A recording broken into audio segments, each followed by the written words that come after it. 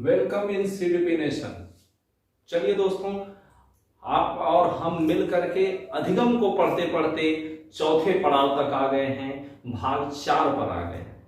हमने पहले भाग को अच्छे से पढ़ा सीखा, दूसरे भाग को अच्छे से आपने पढ़ा सीखा, तीसरे भाग को अच्छे से पढ़ा और सीखा। अगर इन तीनों भाग को आपने अभी तक नहीं देखा है तो डिस्क्रिप्शन में लिंक है, आप वहां से जाकर के उन्हें देख सकते हैं, समझ सकते हैं। आज चौथे भाग पर आ गए हैं, अधिगम की ओर बढ़ते हुए अपने लक्ष्य को पाने के लिए आज हमारा चौथा कदम है। देखिएगा, आज हम बात करेंगे सीखने के सिद्धांत की या अधिगम सिद्धांत की शुरुआत आज के भाग से शुरू हो जाएगी। अधिगम के हिस्से में सबसे ज्यादा इंपॉर्टेंट और सबसे ज्यादा कंफ्यूज कर देने वाली टॉपिक होती है अधिगम के सिद्धांत। बहुत से लोग परेशान रहते हैं कि सर कैसे पढ़ें, क्या करें। कई लोग हमसे व्यक्तिगत रूप से मिलकर के यह चीज कर चुके हैं कि अगर कोई टॉपिक ऐसी है जो साइकोलॉजी में इंपॉर्टेंट तो है लेकिन सबसे ज्यादा परेशान करती है तो वो है अधिगम सिद्धांत। तो चलिए आज न सिर्फ अधिगम सिद्धांत को सीखेंगे बल्कि बड़ी आसानी से इनसे आने वाले क्वेश्चंस को भी सॉल्व करेंगे। सुनिएगा, अधिगम सिद्धांत की अगर बात कही जाए या सीखने के सिद्धांत की बात कही जाए तो सीखने का सिद्धांत सबसे पहले जिसने दिया उस व्यक्ति का नाम है एडवर्ड ली थॉर्नडाइक। क्या नाम है? एडवर्ड ली थॉर्नडाइक। तो थॉर्नडाइक को अधिगम सिद्धांत का जनक कहते हैं क्योंकि थॉर्नडाइक ने ही सबसे पहले अधिगम सिद्धांत दिया था। थॉर्नडाइक ने जिस विचारधारा के साथ अपना अधिगम सिद्धांत दिया उस विचारधारा को व्यवहारवादी अधिगम सिद्धांत कहते हैं। व्यवहारवादी यानी थॉर्नडाइक का यह मानना है कि व्यक्ति जब तक खुद कार्य नहीं करता है तब तक नहीं सीख पाता है। तो व्यवहारवादी अधिगम सिद्धांतों में पहली कड़ी या पहल मानी जाती है। थॉर्नडाइक ने सबसे पहले अधिगम का सिद्धांत दिया, व्यवहारवादी अधिगम सिद्धांत दिया। इस वजह से थॉर्नडाइक को व्यवहारवादी अधिगम सिद्धांतों का जनक कहा जाता है। सबसे पहले सिद्धांत थॉर्नडाइक ने 1903 ईस्वी में दिया था और उनकी पुस्तक का नाम था एजुकेशन साइकोलॉजी, उसमें दिया था 1903 में। एक गुत्थी है, वो अभी यहीं पे सुलझा देंगे। गुत्थी ये है कि कुछ लोगों का मानना है या मानते हैं कि थॉर्नडाइक ने अपना सिद्धांत 1913 में दिया। उनसे सिर्फ एक सवाल है, छोटा सा वो सवाल जो लोग ये दावा करते हैं कि 1913 में आया। उनसे सिर्फ ये सवाल है कि अगर 1913 में थॉर्नडाइक का सिद्धांत आया, 1904 में पावलोव का सिद्धांत आया, तो अधिगम सिद्धांत का जनक थॉर्नडाइक कैसे हो गए? अधिगम सिद्धांत का जनक निश्चित रूप से पावलोव को कहना चाहिए, लेकिन पावलोव को न कह के थॉर्नडाइक को कहा जाता है। तो जाहिर सी चीज है कि कहीं ना कहीं यह अपने आप में ही स्पष्ट तथ्य है कि थॉर्नडाइक का सिद्धांत पावलोव के सिद्धांत से पहले आया होगा। तो पहले ही आया था, बस उसमें संशोधन 1913 में हुआ था, इसलिए 1913 को कुछ लोग हाईलाइट कर देते हैं। थॉर्नडाइक का सिद्धांत 1903 में आया और वो सिद्धांत व्यवहारवादी था। विचारधारा की बात करें तो प्रमुखतः दो विचारधारा है। एक है व्यवहारवादी विचारधारा जिसकी शुरुआत 1903 में थॉर्नडाइक ने की थी। दूसरा है क्षेत्रवादी विचारधारा जिसकी शुरुआत कुर्ट लेविन ने 1917 में की थी। ठीक, तो पहले व्यवहारवादी की बात कर लेते हैं। इसमें हम आप क्या पढ़ेंगे? व्यवहारवादी के दायरे में व्यवहारवादी अधिगम सिद्धांत आता है और व्यवहारवादियों में हम पढ़ेंगे 4 लोगों को। सबसे पहले किसे पढ़ेंगे? तो सबसे पहले हम पढ़ेंगे थॉर्नडाइक को। किसे? थॉर्नडाइक को, एडवर्ड ली थॉर्नडाइक। पहले हम थॉर्नडाइक को पढ़ेंगे और थॉर्नडाइक का सिद्धांत आया था कब? 1903 में। थॉर्नडाइक के सिद्धांत के बाद हम पढ़ेंगे पावलोव का सिद्धांत। अब थॉर्नडाइक की थोड़ी सी बात कर लेते हैं, फिर आगे चलते हैं। थॉर्नडाइक की अगर बात करें तो थॉर्नडाइक ने बिल्ली पर प्रयोग करके अपना सिद्धांत दिया था जिसे यसार थियरी या उद्दीपन अनुक्रिया सिद्धांत के नाम से जाना जाता है। टेट और सुपर टेट दोनों के नजरिए से मोस्ट इंपॉर्टेंट टॉपिक है थॉर्नडाइक का सिद्धांत। ठीक है, मोस्ट इंपॉर्टेंट टॉपिक है सुपर टेट के नजरिए से तो आप इसको इग्नोर कर ही नहीं सकते, क्योंकि सुपर टेट 2018 में भी सेम प्रश्न पूछा कि उद्दीपन अनुक्रिया का सिद्धांत किसने दिया, और सुपर टेट 2019 में भी यही प्रश्न रिपीट कर दिया कि उद्दीपन अनुक्रिया का सिद्धांत किसने दिया, थर्नडाइक ने। बिल्कुल इजी सा सवाल। तो उद्दीपन अनुक्रिया का सिद्धांत पढ़ेंगे जो 1903 में दिया गया था। और दूसरा क्या पढ़ेंगे, दूसरा सिद्धांत पढ़ेंगे हम पावलोव का सिद्धांत। दूसरा सिद्धांत किसका है, तो आईपी पावलोव का है, इवान पेट्रोविच पावलोव का। पावलोव के सिद्धांत को पढ़ेंगे, और पावलोव ने अपना सिद्धांत दिया था 1904 में। पावलोव ने कुत्ते पर प्रयोग किया और अपना सिद्धांत दिया ये अनुबंधन अनुक्रिया का सिद्धांत। पावलोव का सिद्धांत आया अनुबंधन अनुक्रिया का सिद्धांत। इन्होंने पाचन प्रक्रिया को सॉल्व करने के लिए, ये साइकाइस्ट नहीं थे बल्कि यह एक फिजिशियन हुआ करते थे, शरीर शास्त्री थे या शरीर वैज्ञानिक थे, आप कह सकते हैं डॉक्टर थे। ठीक, तो पाचन क्रिया में लार की क्या भूमिका होती है इसे बताने के लिए पावलोव ने प्रयोग किया था। और उन्हीं के इस प्रयोग को या इस सिद्धांत को साइकोलॉजी के फील्ड में उन्हीं के एक शिष्य थे, लिस्टर एंडरसन नाम था उनका, लिस्टर एंडरसन। वो इनके सिद्धांत को साइकोलॉजी या शिक्षा के क्षेत्र में प्रयोग किए थे। तो आईपी पावलोव को 1904 में नोबेल पुरस्कार से सम्मानित किया गया था। ध्यान रहे 1904 में आईपी पावलोव को नोबेल पुरस्कार से सम्मानित किया गया था। लेकिन यह नोबेल पुरस्कार पावलोव को अधिगम सिद्धांत के लिए नहीं दिया गया था, यह नोबेल पुरस्कार पावलोव को पाचन क्रियाविधि के क्षेत्र में योगदान के लिए दिया गया था। चूंकि इनके सिद्धांत को साइकोलॉजी में प्रयोग करते हैं, इसलिए लोग इनको कहते हैं कि आज तक के इकलौते ऐसे मनोवैज्ञानिक हैं जिनको नोबेल पुरस्कार मिला है।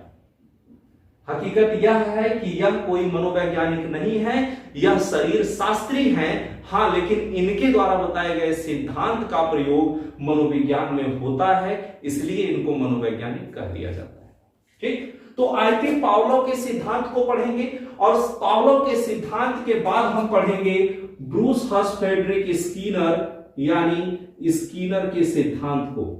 स्किनर का सिद्धांत आपको याद होगा, इतनी बार यहां से नाम पूछता है कि क्रिया प्रसूत अनुबंधन का सिद्धांत किसका है। टेट 2018 में इसी सवाल को घुमा के पूछा कि स्किनर के सिद्धांत को और किस नाम से जाना जा सकता है, तो स्किनर के सिद्धांत को नैमित्तिक अनुबंधन का सिद्धांत भी कहा जा सकता है। ठीक, तो क्रिया प्रसूत अनुबंधन का सिद्धांत स्किनर का दिया हुआ है, जो स्किनर ने दिया था कब, स्किनर ने दिया था 1938 में एक बार, और फिर अपने सिद्धांत को दोबारा चेक किए और दिए 1943 में। ठीक, 1943 में। तो इन्होंने 1938 में भी दिया और 1943 में भी। 1938 में इन्होंने चूहे पर प्रयोग किया था और 1943 में कबूतर पर प्रयोग किया। ठीक, इन्होंने ही, स्किनर ने ही सबसे पहले पुनर्बलन शब्द का प्रयोग किया। व्यवहार के बारे में हमने बताया, व्यवहार से कंफ्यूज मत होइएगा। इनके सिद्धांत को द्विकारक व्यवहारवादी अधिगम सिद्धांत कहते हैं। द्विकारक व्यवहारवादी अधिगम सिद्धांत, इनके सिद्धांत को पढ़ेंगे, बहुत मजा आने वाला है, एकदम आराम से हंसते खेलते आराम से पढ़ेंगे, कोई कंफ्यूजन की कंडीशन बनेगी ही नहीं। हम है ना, सुनिएगा। स्किनर ने अपना सिद्धांत जब दिया, स्किनर ने जब अपना सिद्धांत दिया, तो उस समय तक एक मनोवैज्ञानिक और थे जो अपना सिद्धांत दे चुके थे। वो मनोवैज्ञानिक कौन है, तो वो मनोवैज्ञानिक है सीएल हल, क्लार्क लेविन हल। इन्होंने अपना सिद्धांत दिया 1943 को, 1943 में दिया, लेकिन हल ने अपना सिद्धांत 1915 में ही दे दिया था। लेकिन 1915 में कोई ऐसी बातें थी, कोई ऐसे तथ्य थे जो स्वीकार्य नहीं हुए। तो जब 1915 में इनका सिद्धांत स्वीकार्य नहीं हुआ, तो ये निराश पड़ गए और उस पर वर्क करने लगे कि इसमें से क्या सुधारा जा सकता है, कैसे क्या किया जा सकता है। जब 1943 में स्किनर ने अपने सिद्धांत का दोबारा प्रयोग किया कबूतर पर, तो उसी समय स्किनर से प्रभावित होकर सीएल हल ने अपने सिद्धांत की पुनः व्याख्या की। जब अपने सिद्धांत की पुनः व्याख्या की तो उसमें जो भी काट छांट या सुधार करने थे वो अब की बार हल ने किए और हल का सिद्धांत अब की बार सर्वमान्य हो गया। इस तरह से हल का सिद्धांत 1943 में आया। 1943 में आया और किसके प्रभाव से आया? स्कीनर के प्रभाव से आया। यह स्कीनर से प्रभावित होकर के अपने सिद्धांत की पुनर्व्याख्या किए थे हल। इसीलिए देखिएगा, स्कीनर ने, एक सवाल टेढ़ा सा है लेकिन सुन लीजिएगा, स्कीनर ने किसके सिद्धांत को सर्वश्रेष्ठ सिद्धांत कहा है? स्कीनर ने अधिगम सिद्धांत जितने भी हैं उनमें से किसके सिद्धांत को सर्वश्रेष्ठ सिद्धांत कहा है? आपको भी अच्छे से पता है। अगर कोई आप ही की बात को कहे, अगर कोई आप ही की बात को कहे तो आप किसकी बात को सबसे बढ़िया बताएंगे? एक सामान्य व्यक्ति उसी व्यक्ति की बात को सबसे बढ़िया बताता है जो उसकी बात कहता है। तो इन्होंने स्कीनर की बात कही थी, इसलिए स्कीनर ने हल के सिद्धांत को सर्वश्रेष्ठ सिद्धांत कहा है। ये चार हम पढ़ेंगे व्यवहारवाद के अंतर्गत। अगले की बात करें, गेस्टाल्टवाद की बात करें, जर्मनी वाली टीम है, देख लेते हैं। गेस्टाल्ट की अगर बात करें, आपसे एक सवाल पूछा गया था कि गेस्टाल्टवाद की स्थापना किसने की? प्रीवियस का उलझा हुआ सवाल है जिसने हाई कोर्ट की शक्ल देखी थी। सुनिएगा, गेस्टाल्टवाद की स्थापना किसने की?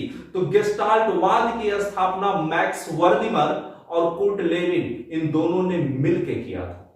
मैक्स वर्दिमर और कुर्ट लेविन इन दोनों ने मिलकर के गेस्टाल्टवाद की स्थापना की थी। तो गेस्टाल्टवाद की अगर बात करें तो गेस्टाल्टवाद में नाम आता है कुर्ट लेविन का, कुर्ट लेविन।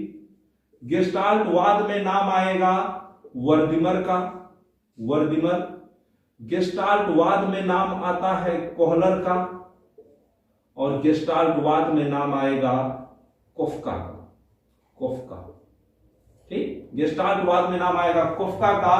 सन की अगर बात कही जाए तो ये सभी लोगों ने मिल करके एक सिद्धांत दिया था। कुर्ट लेविन को इसमें सम्मिलित नहीं करते हैं, वर्दिमर तक की बात कर लेते हैं, अभी बताते हैं कुर्ट लेविन की कहानी। वर्दिमर, कोहलर और कोफ्का इन तीनों ने मिलकर के 1925 में सिद्धांत दिया था सूझ का सिद्धांत या अंतर्दृष्टि का सिद्धांत। आपसे पूछा जाता है सूझ का सिद्धांत, सोच का सिद्धांत किसने दिया? तो सुल्तान पर, एक चिंपैंजी, एक वनमानुष पर प्रयोग करके सूझ का सिद्धांत दिया था गेस्टाल्टवादियों ने और उसमें शामिल थे वर्दिमर, कोहलर और कोफ्का। कुर्ट लेविन की अगर बात करें तो क्या हुआ था, ये कहानी पूरा हम आपको पढ़ाएंगे, बताएंगे जिस समय आपको गेस्टाल्टवाद पढ़ा रहे होंगे। अगले भाग में पढ़ेंगे, देखेंगे, समझेंगे। सुनिएगा, जब 1917 में इस सिद्धांत की शुरुआत हो रही थी उसी दौरान कुर्ट लेविन जो है गेस्टाल्टवाद से अलग होकर अपना एक अलग विचारधारा बनाते हैं, एक अलग विचारधारा की संस्थान स्थापित कर देते हैं, क्षेत्रवाद। कब अलग हुए? 1917 में। जब ये लोग गेस्टाल्टवाद की शुरुआत कर रहे थे उसी समय कुर्ट लेविन इनसे अलग हो गए थे, यानी 1917 में कुर्ट लेविन अलग हो गए। प्रीवियस का एक सवाल है कि कुर्ट लेविन किस विचारधारा से संबंधित हैं? तो कुर्ट लेविन गेस्टाल्टवाद से संबंधित है। किससे संबंधित है? गेस्टाल्टवाद से। बहरहाल इसमें जो हम सिद्धांत पढ़ेंगे वो होगा सूझ का सिद्धांत या अंतर्दृष्टि का सिद्धांत, इनसाइट थ्योरी। और उसमें तीन लोगों का नाम आएगा, वर्दिमर, कोहलर और कोफ्का। वर्दिमर, कोहलर और कोफ्का। आगे की बात करें, प्रयोजनवाद में क्या पढ़ने वाले हैं, प्रैग्मेटिज्म में आप क्या पढ़ने वाले हैं? तो प्रयोजनवाद में जिसके सिद्धांत को आप पढ़ेंगे उनके सिद्धांत को कहा जाता है संकेत अधिगम का सिद्धांत। संकेत अधिगम का सिद्धांत किसने दिया था? तो ये दिए थे टॉलमैन ने। ठीक, टॉलमैन। और कब दिए थे? तो संकेत अधिगम का सिद्धांत आया था 1942 ईस्वी में। 1942 ईस्वी में संकेत अधिगम का सिद्धांत पढ़ेंगे जो टॉलमैन का दिया हुआ है, जिसमें टॉलमैन ने चूहों पर प्रयोग किया था। एक दो चूहे नहीं, 3 ग्रुप या झुंड बनाए थे चूहे के, उस पर प्रयोग किए और इन्होंने बताया कि अगर रास्ता पहले से पता हो, आप पहले से रास्ता देखे होंगे, तो वहां तक पहुंचने में बड़ी आसानी होती है। हम भी तो वही काम कर रहे हैं, हम लोग पहले से ही यह पता कर रहे हैं, देख रहे हैं कि हमें क्या पढ़ना है, कौन से सिद्धांत पढ़ने हैं, क्या प्रयोग हुए थे, थोड़ा सा ओवरव्यू देख लेते हैं, रास्ता हमको पता होगा। जब रास्ता पता होगा तो बड़ी आसानी से मंजिल मिल जाएगी। ठीक है, तो प्रयोजनवाद में पढ़ेंगे एडवर्ड चेस टॉलमैन के सिद्धांत को, जिसे कहा जाता है चिन्ह अधिगम का सिद्धांत या संकेत अधिगम का सिद्धांत। ठीक, अगले वाद की अगर बात करें तो व्यवहारवादियों के ही अंतर्गत एक वाद आता है मानवतावाद। ठीक, मानवतावाद में क्या पढ़ेंगे, तो मानवतावाद में मैस्लो के सिद्धांत को पढ़ेंगे। ठीक है, मैस्लो और रोजर्स, कार्ल रोजर्स नाम है इनका, रोजर्स की बात करेंगे। डेट की अगर बात करें तो कितना है, 1936 से 1954, 1936 से 54। अब 36 से 54 का मतलब क्या है, कार्ल रोजर्स और मैस्लो ने मिलकर के एक सिद्धांत दिया था, जिस सिद्धांत का नाम आप सबको पता है। मैस्लो ने एक पिरामिड बनाया था, मैस्लो ने एक पिरामिड बनाया था जिसे एक नाम दिया गया आवश्यकता का पिरामिड। आवश्यकता एवं मांग का सिद्धांत अधिगम में याद करिए कौन सा सिद्धांत, आवश्यकता एवं मांग का सिद्धांत किसने दिया, अब्राहम हेरोल्ड मैस्लो और कार्ल रोजर्स ने दिया। 1936 में यह सिद्धांत आया, लेकिन वह सर्वमान्य नहीं हो पाया, उसमें फिर से सुधार किया गया, फिर से प्रस्तुत किया गया और 1954 में इसे मान्यता मिल गई। तो आवश्यकता एवं मांग के सिद्धांत की बात करेंगे तो 1954 में यह सिद्धांत आया, इसे पढ़ेंगे मानवतावाद के अंतर्गत। चलिए आगे देखते हैं, क्षेत्रवाद की अगर बात करें, हमने कहा कि 1917 में गेस्टाल्टवाद से अलग होकर के कुर्ट लेविन ने अपना एक नया वाद बनाया या एक नई विचारधारा बनाई, वो विचारधारा थी क्षेत्रवाद। ठीक है, वो विचारधारा थी क्षेत्रवाद। अब क्षेत्रवाद के सिद्धांतों की अगर बात करें तो इसमें एक सिद्धांत पढ़ेंगे क्षेत्रवाद अधिगम सिद्धांत या ज्ञानवाद या संज्ञानवाद अधिगम सिद्धांत, जो दिया किसने है, तो स्वयं कुर्ट लेविन का दिया हुआ है।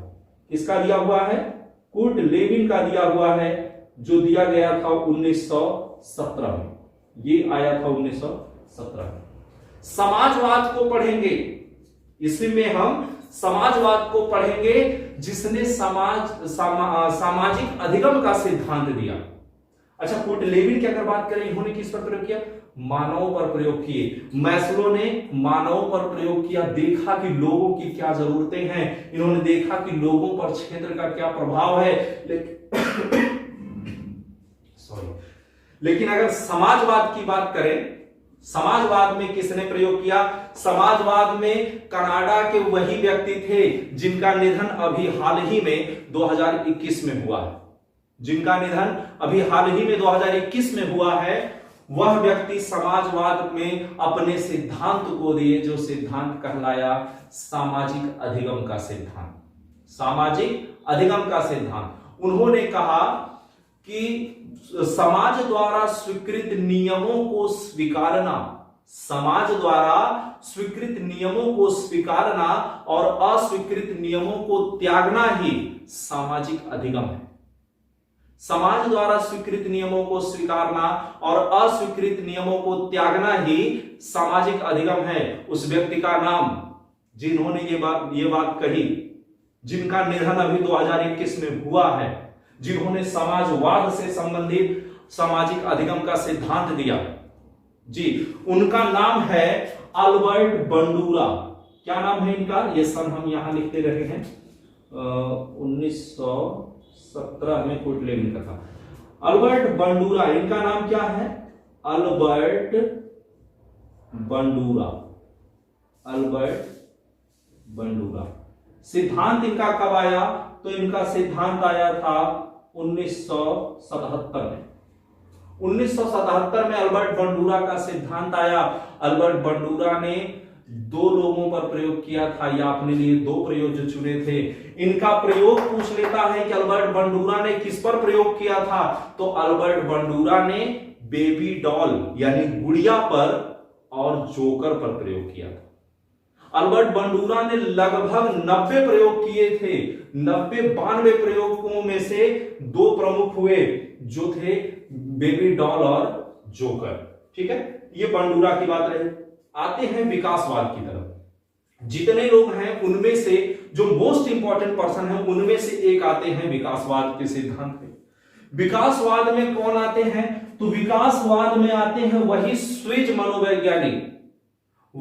मनोवैज्ञानिक जिनके एड्रेस बहुत ज्यादा पूछ लिए जाते हैं।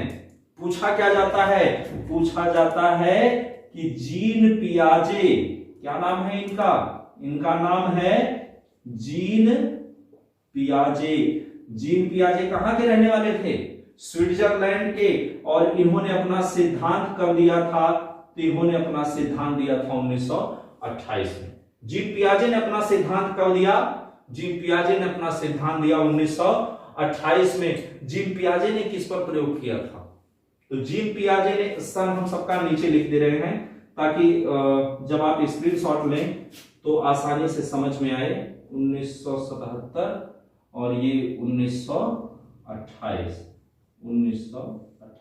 देखिएगा, जीन पियाजे की अगर बात करें तो जीन पियाजे ने अपनी ही 3 संतानों पर प्रयोग किया था। जीन पियाजे लगभग 1925 के आसपास गए थे। जो बिने साहब थे, जो बिने थे, उनकी लैब में काम कर रहे थे। अल्फ्रेड बिने, जिन्होंने बुद्ध का सिद्धांत दिया था, उनकी लैब में काम कर रहे थे जीन पियाजे। उनकी लैब में किसी सिलसिले में काम कर रहे थे और वहां पर काम करते हुए इनके माइंड में ये बात आई कि क्यों ना मैं भी एक प्रयोग करूं और चेक करूं कि लोगों की सोच या संज्ञान पे क्या होता है। इन्होंने संज्ञानवादी विचारधारा को जांचने परखने के लिए अपनी ही 3 संतानों का उपयोग किया। तो जीन पियाजे की आलोचना का एक बड़ा मुद्दा यह है कि जिन्होंने अपने ही बच्चे पर प्रयोग किया उसकी बात को कहां तक सच माना जाए। क्या यह जरूरी है कि जो इनके बच्चों के साथ हुआ वही दुनिया के हर व्यक्ति या हर बच्चे के साथ होगा? ये इनकी आलोचना का एक बड़ा कारण बनता है। तो जीन पियाजे ने अपने ही 3 बच्चों पर प्रयोग किया था। ठीक, जीन पियाजे जिनके थे 3 पियाजे, तो अपने 3 बच्चों पर प्रयोग किया और प्रयोग करने के बाद इन्होंने पूरे मानव जाति को, जितने भी लोग हैं, सबको किशोरावस्था तक की उम्र वाले में 4 अवस्थाओं में बांट दिया। वो 4 अवस्थाएं आपको पता होंगी। पहली अवस्था 0 से 2 वर्ष तक, जिसे कहा गया संवेदीगामक अवस्था। दूसरी अवस्था 2 से 7 वर्ष तक, जिसे कहा गया पूर्व संक्रियात्मक अवस्था। तीसरी अवस्था 7 से 11 वर्ष तक, जिसे कहा गया मूर्त संक्रियात्मक अवस्था। चौथी अवस्था 11 से 15 मिलता है, 16 मिलता है, सामान्य अर्थ में समझ लीजिए 11 वर्ष से ऊपर। 11 वर्ष से ऊपर वाले को चौथी अवस्था का दर्जा दिया गया और चौथी अवस्था को कहा गया औपचारिक अवस्था या अमूर्त अवस्था। ये सारी डिटेल हम लोग पढ़ने वाले हैं, अब परेशान ना होइएगा, पूरी डिटेल पढ़ेंगे। इसीलिए जीन पियाजे के सिद्धांत को संज्ञानात्मक विकास का सिद्धांत कहते हैं। जीन पियाजे के सिद्धांत को विकास की अवस्था का सिद्धांत कहते हैं। जीन पियाजे के सिद्धांत को विकासवादी सिद्धांत कहते हैं। ठीक, अब जीन पियाजे के ही सिद्धांत से मेल खाता हुआ एक सिद्धांत आया 1966 में और वो सिद्धांत दिया था जे.एस. ब्रूनर ने। कौन दिए थे? जे.एस. ब्रूनर। जे.एस. ब्रूनर ने दिया था एक सिद्धांत, और ये सिद्धांत कब आया? ये सिद्धांत आया 1966 में। ठीक है, 1966।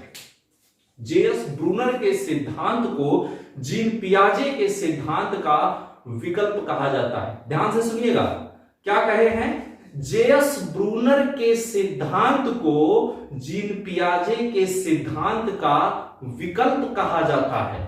ठीक है, जीन पियाजे के सिद्धांत का विकल्प कहा जाता है, यानी जीन पियाजे का सिद्धांत अगर न हो तो ब्रूनर के सिद्धांत से काम चलाया जा सकता है। जैसे आप लोगों के घर पर अगर कोई काम होता है, कोई पार्टी होती है, चाहे जन्मदिन पार्टी हो, शादी विवाह हो, गम का हो, खुशी का हो, कुछ भी हो, अगर कोई कार्यक्रम है जिसमें कुछ लोग आपके घर आने वाले हैं, कोई प्रोग्राम है, कोई पार्टी है, ऐसी सूरत में अगर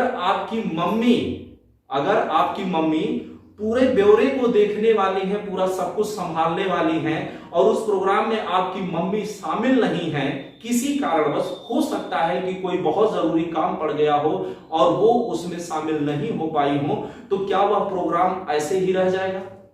चलेगा नहीं, कोई संभालेगा नहीं, कोई देखेगा नहीं? ऐसा तो बिल्कुल नहीं हो। मम्मी को देखना था, मम्मी उसे नहीं देख पाई या वहां पर मौजूद नहीं है, किसी कारणवश, कोई भी परिस्थिति विषम हो सकती है, लेकिन अब मम्मी को जितना देखना था उतना काम कोई तो कर रहा होगा। भाभी देख रही होंगी, चाची देख रही होंगी, बड़ी मम्मी देख रही होंगी, दीदी संभाल रही होंगी, यानी मम्मी के हिस्से को जो कवर कर रहा है, जो मम्मी की जिम्मेदारियों को उठा ले गया, वह मम्मी का क्या बना? उस समय विकल्प बना।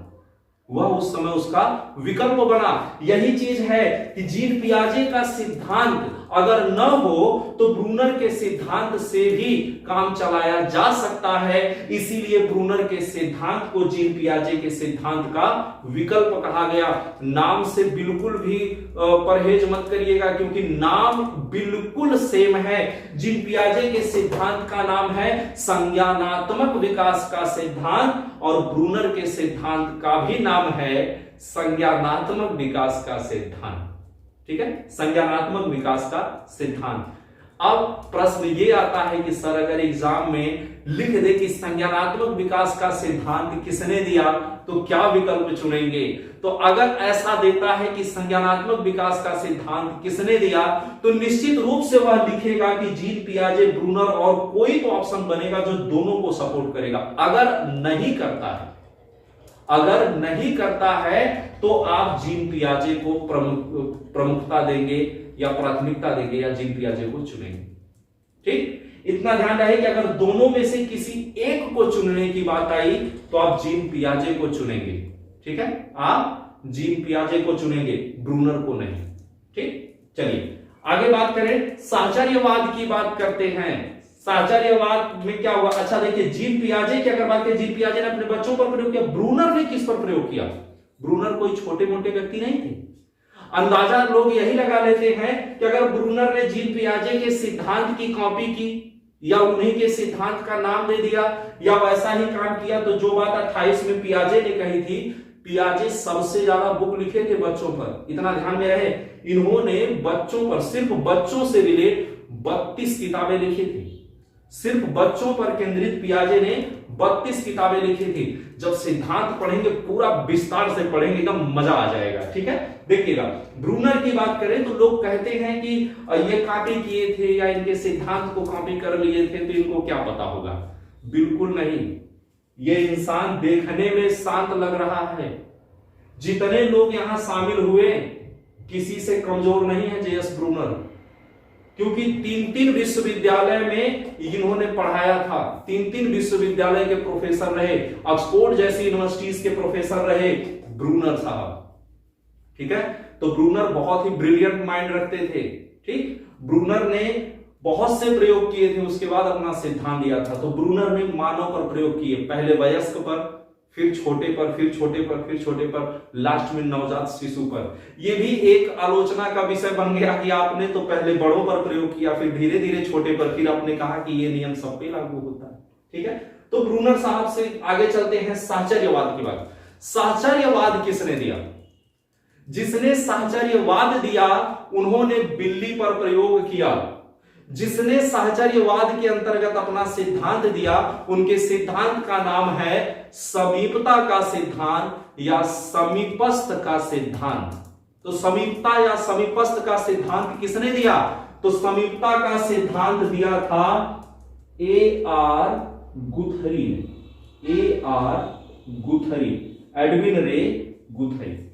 एडविन रे गुथरी ने समीपस्थ या समीपता का सिद्धांत दिया। उसी सिद्धांत को एकल प्रयास का सिद्धांत भी कहते हैं। समीपता के सिद्धांत को एकल प्रयास का सिद्धांत भी कहते हैं। और इस सिद्धांत को दिया था इन्होंने 1959 ईस्वी में।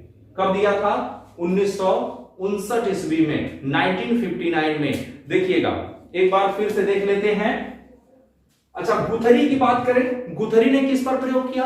गुथरी ने बिल्ली पर प्रयोग किया। गुथरी ने बिल्ली पर प्रयोग किया और यह पाया कि कोई भी व्यक्ति या कोई भी जानवर सबसे पहले उसी काम को करता है जो उसके करीब होता है, जो उसके समीप होता है। आप टीचिंग की तैयारी कर रहे हैं, आप टीचर बनने का प्रयास कर रहे हैं, जरूर बनेंगे भी, लेकिन आप टीचर ही बनने का प्रयास क्यों कर रहे हैं? आप टीचर बनने का प्रयास इसलिए कर रहे हैं क्योंकि आपके और लक्ष्य के बीच में दूरी बहुत कम है। आप टीचर बनने के बिल्कुल करीब हैं। थोड़ी सी मेहनत, थोड़ा सा ध्यान आप लगाएंगे और आप टीचर बन जाएंगे, इसलिए आप ये प्रयास कर रहे हैं। अगर किसी ऐसे क्षेत्र को आप चुनते हैं जिस क्षेत्र में आपकी कोई जानकारी नहीं है, उस क्षेत्र में आपका परिश्रम भी अधिक लगने वाला है और शायद आप विफल हो जाएं, तो आपने भी वही क्षेत्र चुना जिसमें आप बड़ी जल्दी सफल हो जाएंगे या जिसके आप बहुत समीप हैं। ठीक है, तो यही बात कही थी गुथरी ने, और गुथरी ने इस बात पर जोर दिया कि अपनी पूरी ताकत लगा करके, पूरा 100% दे करके किसी भी बात को अच्छे से समझिए, अच्छे से रणनीति बनाइए, एक बार में पूरी मेहनत झोंक दीजिए और एक बार में सफल हो जाइए। ठीक, विडंबना देखिए क्या है। जो पहला सिद्धांत दिया वो थार्नडाइक थे, और थार्नडाइक ने कहा कि तत्परता का नियम दिया, प्रयास का नियम दिया। थार्नडाइक ने कहा कि बार बार जब आप प्रयास करते हैं तो किसी भी बात को सीख जाते हैं, यानी बार बार प्रयास करेंगे तो आप सीखेंगे, ये बात थार्नडाइक ने कही। और लास्ट में हम जिसकी बात कर रहे हैं गुथरी की, गुथरी ने कहा बार बार प्रयास करने की आवश्यकता नहीं है, हर काम को आप बार बार करके नहीं सीख सकते हैं, पूरी ताकत लगाइए, पूरा ध्यान लगाइए और एक ही बार प्रयास करिए और एक ही बार में सफलता अर्जित कर लीजिए। ठीक है, स्क्रीनशॉट ले लीजिए, फिर आगे चलते हैं।